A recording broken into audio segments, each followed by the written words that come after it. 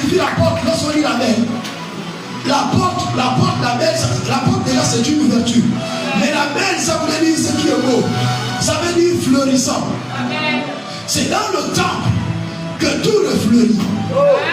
Tout ce qui avait fané refleurit. Et ce n'était pas dans n'importe quelle porte. Mais cette porte ne peut s'ouvrir que lorsque tu as pris conscience du rocher qui est le sacrifice de Jésus et la faveur que ça libère. C'est cette faveur qui vient restaurer toute chose. Est-ce que vous comprenez ce que je suis en train de dire?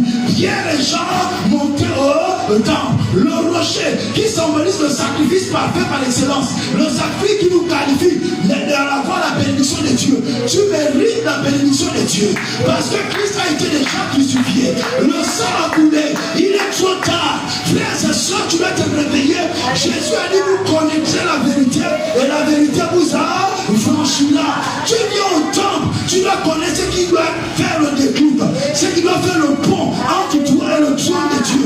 Ce qui doit créer la transaction entre le ciel et la terre. La porte, la belle, c'est la porte fleurissante. Alléluia. Rien ne peut fleurir dans ta vie. Esaïe a dit, je l'ai vu aussi, il dit les fleuves naîtront dans les déserts. Alléluia, les déserts refleuriront. Est-ce que vous comprenez ça? C'est là que c'est possible que lorsque la présence de Dieu est là. C'est là que c'est possible que lorsque l'Esprit de Dieu est là. C'est là que c'est possible que lorsque les anges de Dieu montent et descendent. Pour que les anges de Dieu montent et descendent, il faut que tu réalises que tu es un temple et à toi il y a un hôtel. Jésus était étonnamment, je suis en train de conclure. Étonnamment, Jésus dira ceci. Dans Jean chapitre 1, le verset 51. L'histoire de Nathanaël. Jésus verra Nathanaël assis sous un figuier. Et lorsqu'il le verra, il dira, voici un juif en qui il n'y a point, n'est-ce pas, de fraude. Et Nathanaël, naturellement, dira, d'où me connais-tu, Seigneur? Il dit, je t'ai vu lorsque tu étais sur le figuier. Alors Nathanaël a compris que là, je n'avais pas affaire à n'importe quel homme. Il est tombé front contre terre. Et c'est comme là, il a reconnu une agonie. Et Jésus lui a dit, tu crois parce que je t'ai dit cela. Il dit, désormais, tu verras le ciel ouvert au-dessus du Fils de l'homme. Il dit ceci, écoutez, lisez bien, il dit, les anges de Dieu montaient et descendent au-dessus du Fils de l'homme. Les anges doivent monter. Jésus était maintenant le pont entre le ciel et la terre. Pour que les anges montent et descendent. Mais pourquoi il dit monter? Pourquoi pas descendre et monter?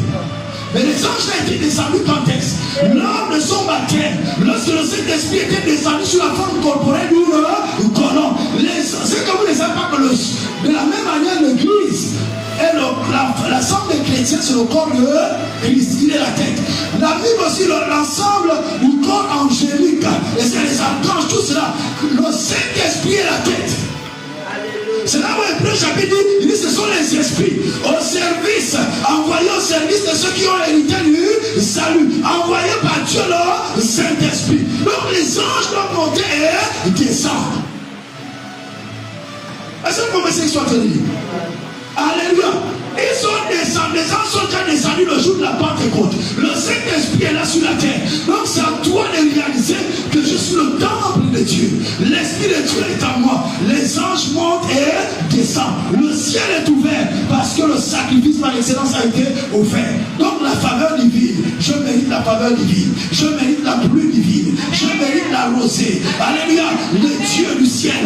Je mérite d'être béni. Oui, parle comme ça, réclame cela. Parce que cela est ton héritage.